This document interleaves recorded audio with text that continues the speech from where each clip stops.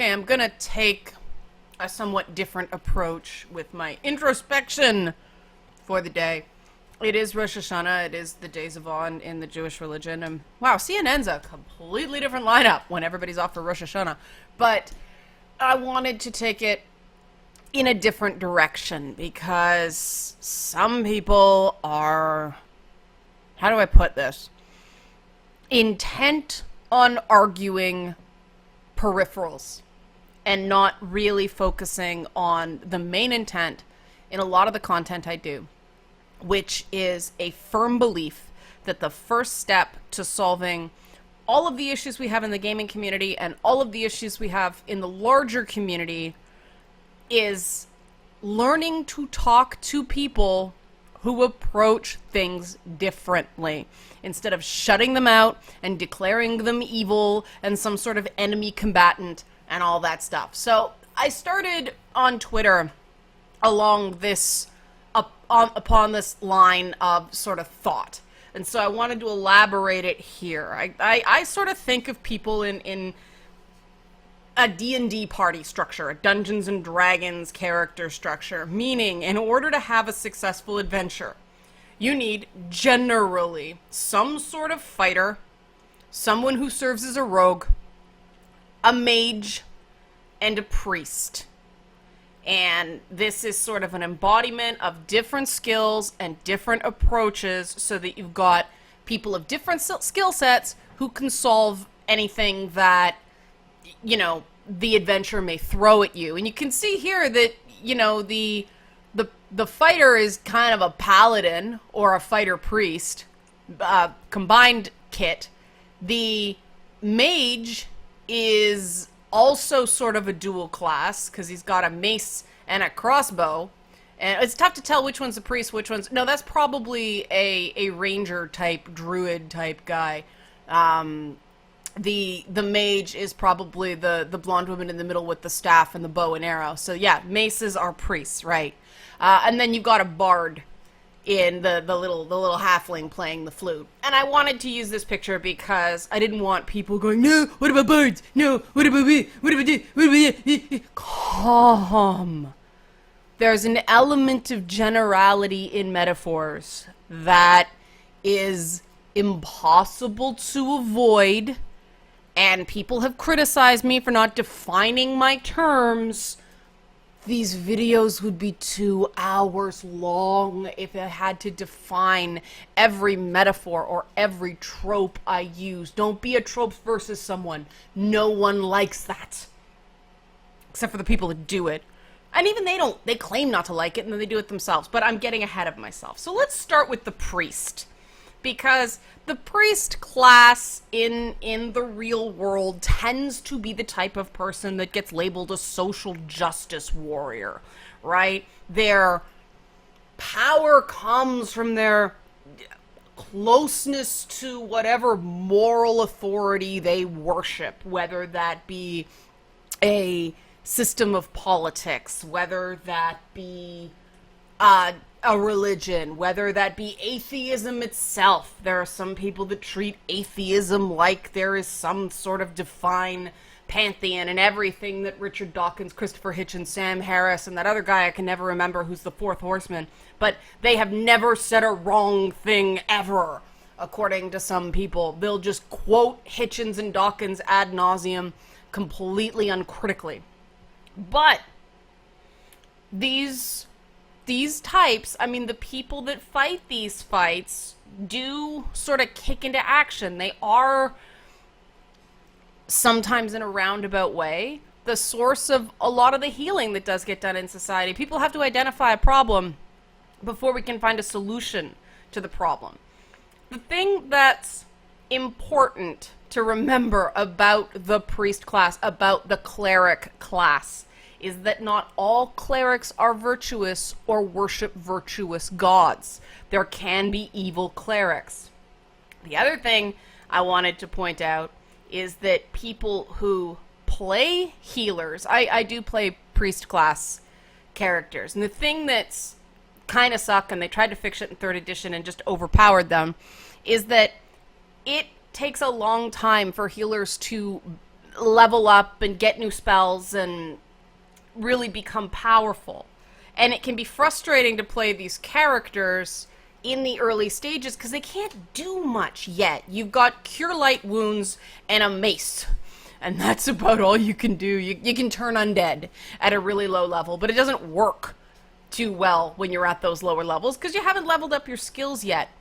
And this is why we have these outrage warriors swarming all over universities. They want to use their powers so much, but they don't have the experience to do anything super useful with them. Unfortunately, there's this real envy for the people that have put in the time and have done the work, because those types are usually lifelong public servants and therefore have some sort of accusation or something against the other, and then we get that stereotype of the evil elder intellectual fighting the virtuous young hero, and that's embedded in our public consciousness. So that's the priest. Let's move on to the mage. And you notice I'm going pros and cons here because that's the entire point.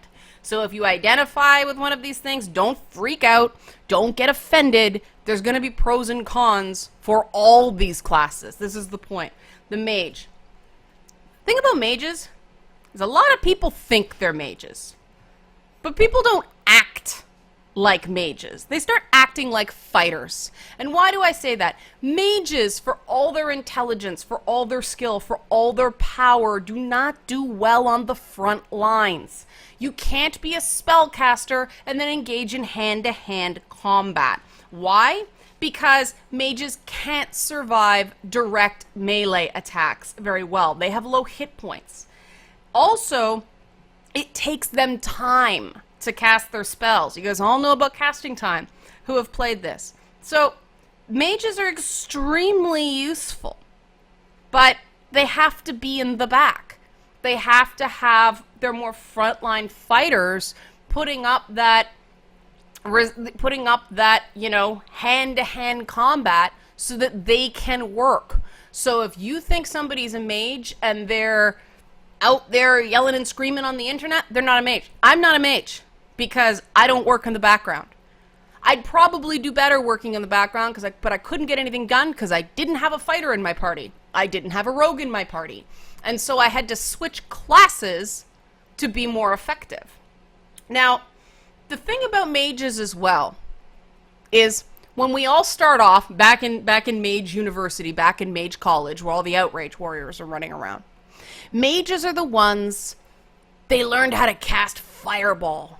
That guy in the class who knew how to just destroy someone with a statement, or that girl in the dorm who just knew how to work the politics. They were really good at flinging that fireball or casting that cone of cold and just really hurting a large number of people. Now, as you get more experienced as a mage, you recognize that the most powerful spells in your arsenal are your buffs and your defensive spells. And you spend less time using magic missile and fireball and more times using things like haste and some of the group healing spells. I'm trying to think the one I really like.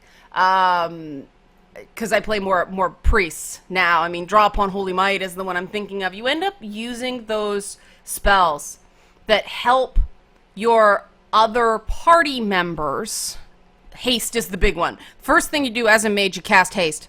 You don't cast fireball, you don't cast magic missile, you cast haste. And then it's usually something like mirror image or projectile protection or stone skin or bark skin or something like that. You throw up your defenses first. But that comes with experience. Let's move on to the fighter now. Because I think fighters, they're an undervalued class, because the first thing people think of when they encounter a fighter is that jerk that picked on you in school. Those may have been the mages, depending on what you were involved in. Grade 8 girls, a lot of mages among grade 8 girls who are casting fireballs against their peers. Fighters tend to be undervalued because of their simplicity, but they're still needed because they're toe-to-toe combatants. Salespeople are fighters to me. They're the ones that go out there. They can take a lot of damage. They are exceptionally resilient people. And some of the most brilliant salespeople I have ever met have not been especially smart, because that lack of awareness makes them more resilient to emotional damage. The thing is, they can use a lot of different weapons and a lot of different armor. They're spokespeople. Like I said, they're salespeople. They're that person who probably didn't go to college. They went to community college or joined the military before they went to college, or went and worked at the family business, learned to work with their hands, and they tend to be looked down upon by the spellcaster classes because they're simple. But that's just not so. A swap out for a fighter can be a paladin. They can be a ranger. They can have additional skills that a lot of people don't take the time to get to know because they just see them as meatheads. Now, yeah, some of them can be meatheads. Some of them can hit things with sticks, overdo things. They're not the person you want in delicate negotiations because they don't have necessarily high charisma or intelligence scores. But they do have their place, provided they're a virtuous fighter and not just a bully. And finally, the general class is rogues. And this includes bards, don't freak out, but they can also be thieves and assassins. So some people see these types of character as having, I'll say, dubious morality. A lot of people say they're flat out evil. And yeah, you have to watch your valuables or your personal information around a rogue, especially on the internet. But the thing about this type of D&D class person is that they can also find traps and open doors. The fact that they live in a realm of duplicity means that they can tell you where the pitfalls are. And these are the participants in the various message boards on the internet. We don't quite know what they do in their lives. A lot of them are coders. A lot of them are programmers. But they like to hide in the shadows. They like to attack from advantage points in the battlefield. They don't go toe-to-toe.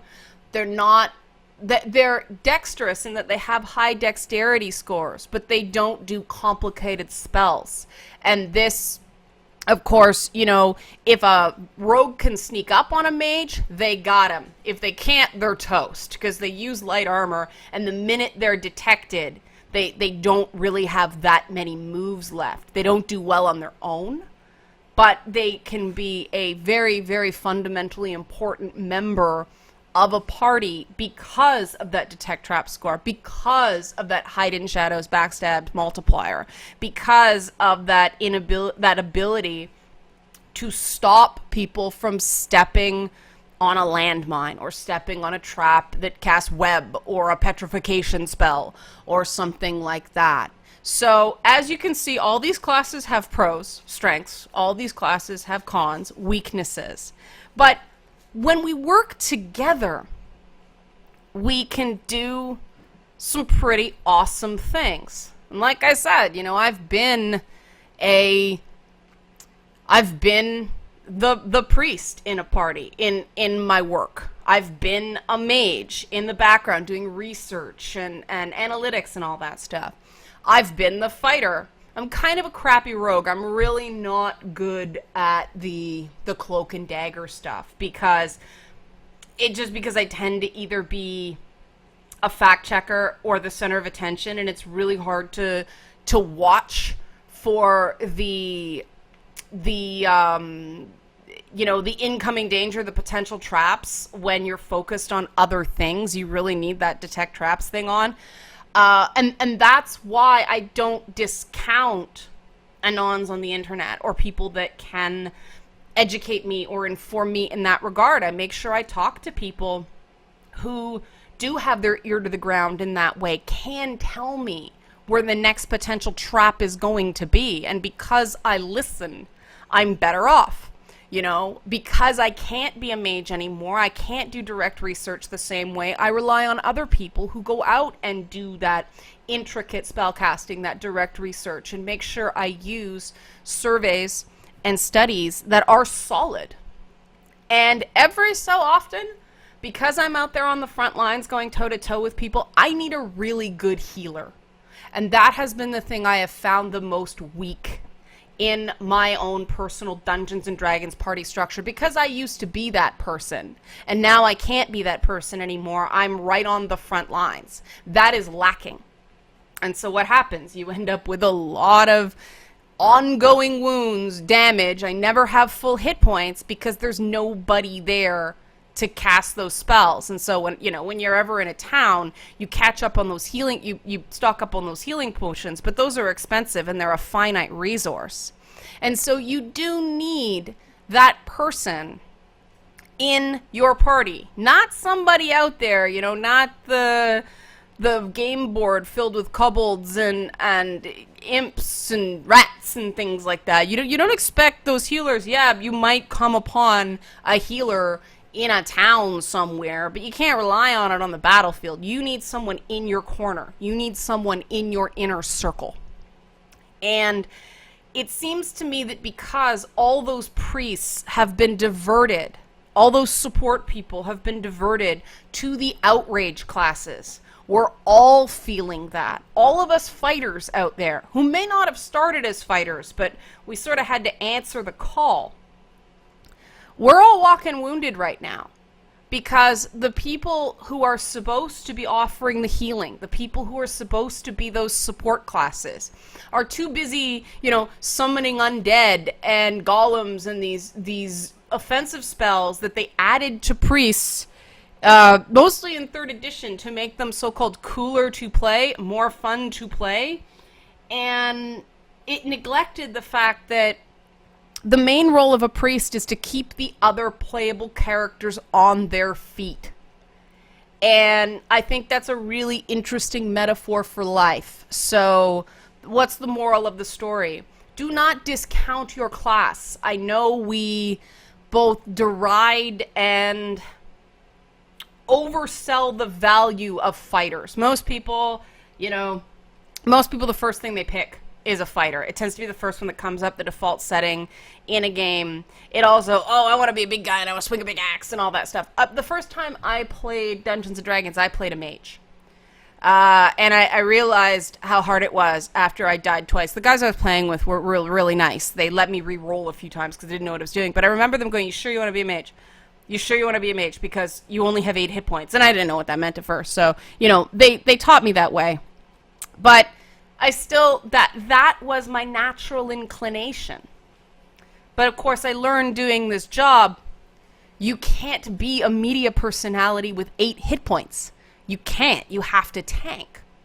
And that's why teams are so important. And so if you are one of those mages that can't go, that can't go out there and can't be on the front lines, that's okay. We need you. If you're one of these people who would rather support someone and be a source of healing instead of going out there and fighting on your own, that's good. We need you. Just stop, focusing on the skeletons for a while and pay attention to your party members who may be almost dead. Like, infuse that, add that positivity, cast some healing spells. And if you're one of those poor maligned rogues, You guys can hide out in the shadows for a really long time and be okay. And you can set traps for other people and be okay. You are terrified that you're going to be exposed, and I think that's why doxing is such a terrifying thing for so many people, because there's only one class that can survive a direct assault, and that's the fighters. For everybody else, that direct assault is you're screwed if you're isolated and attacked head on. But for those rogues out there, I hope you can at least see that at least one person out there appreciates you. You do a lot of things I cannot do. It's the only class I can honestly say I do not have the stuff for it. My brain doesn't work that way. I cannot constantly be looking over my shoulder. I cannot be looking for the next threat. And it's funny because those are the classes I tend to play in actual games, which, that's escapist entertainment, right? So I hope you enjoyed this. I hope you get a better sense of what I was going for there.